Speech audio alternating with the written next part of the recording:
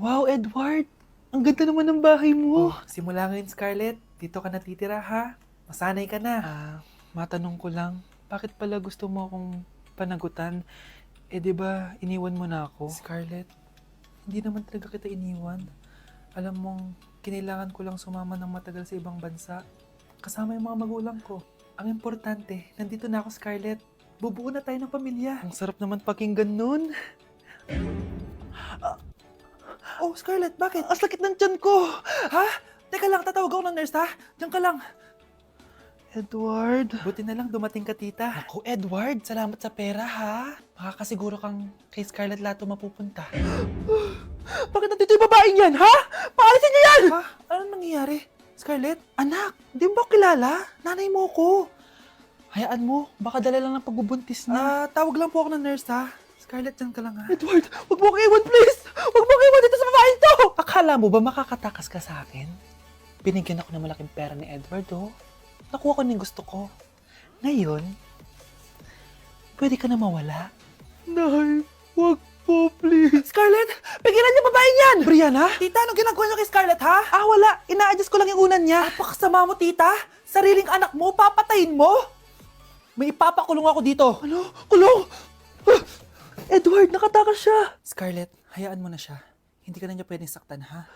Paano yung pera? Buti na nakatakas ako. At least may cheque naman ako. Nasaan na yun? Nasaan na yung cheque? Ito, naiwan niya.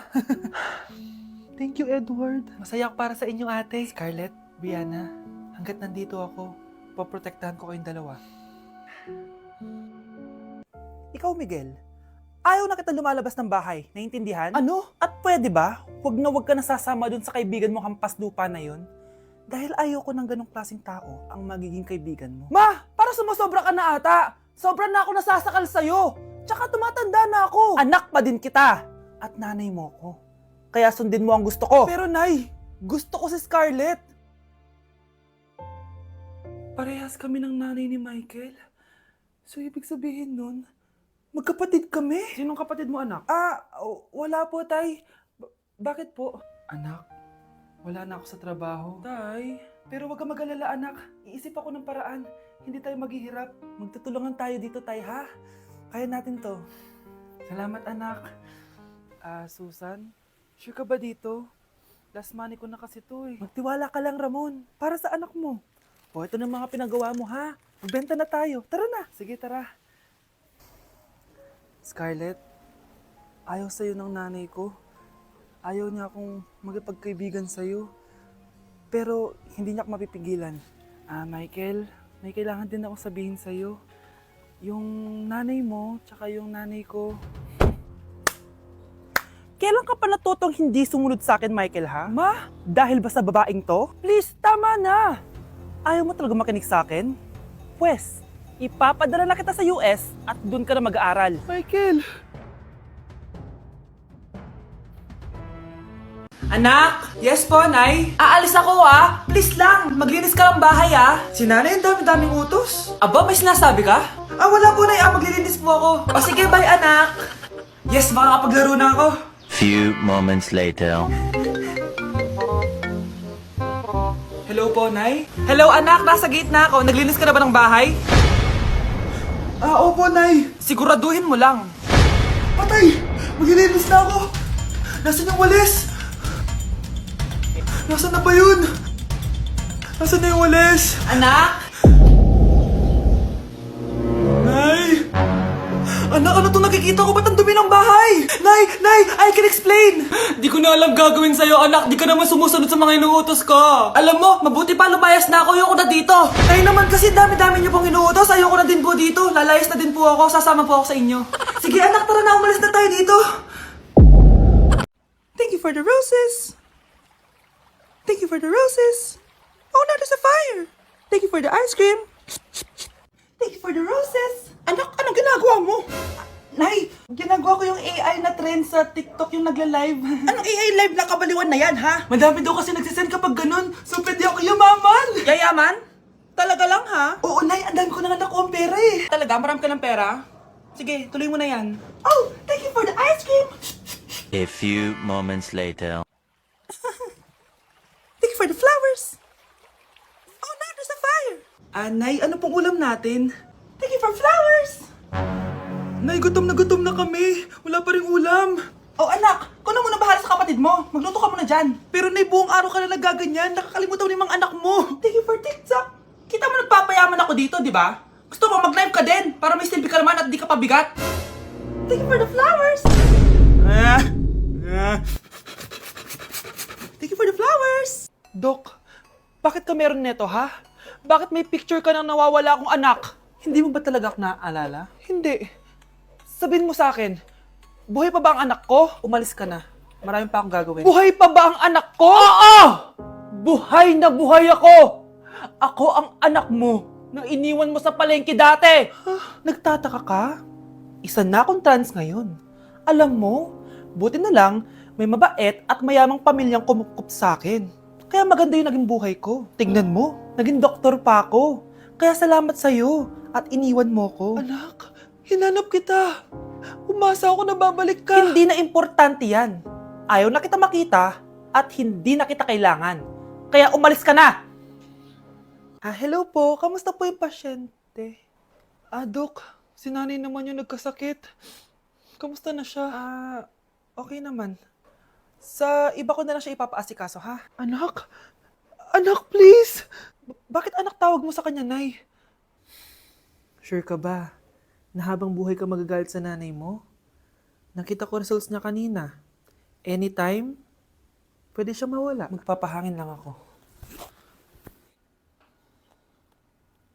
Nasaan na sila? Hello, nurse? Nasaan yung pasyente dito sa room 214? Anak? Ako ba hanap mo? Nay, akala ko may masamang nangyari na sa'yo. Anak, hindi na kita iiwan. Good news! False alarm lang pala yung nakita namin result sa nanay mo. Ibig sabihin, magiging okay siya. Salamat naman. Nay, ayoko na mawala ka sa akin, ha? Yay! May ate na ako! Anak, nakita mo ba yung cellphone ng tatay mo? Nilagay ko dun sa loob ng kabaong niya bago siya ilibing. Ha? Ba't mo naman ginawa yun, anak? May mga importante laman dun. Baka sakaling buhay pa siya para matawagan niya ako. Ay, Diyos ko talaga tong batang to.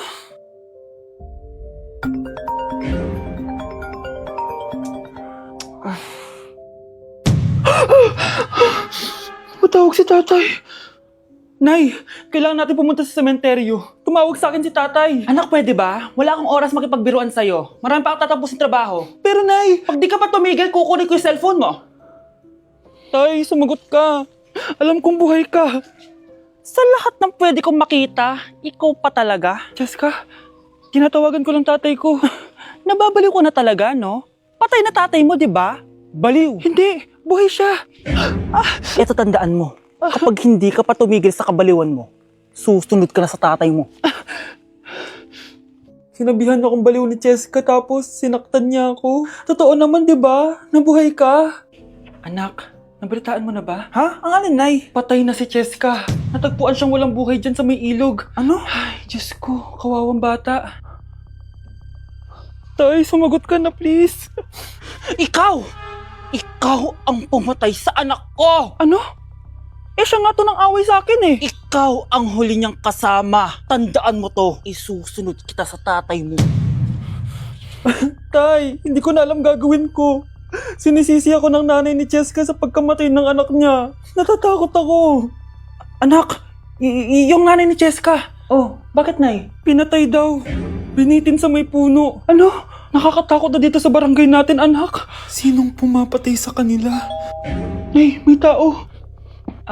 Sino po sila? Magandang araw po. Ako po si Detective Jason. Ako ang may hawak sa investigation case sa pagkamatay ni Jessica at ng kanyang nanay. Bakit kayo nandito? Dahil dito.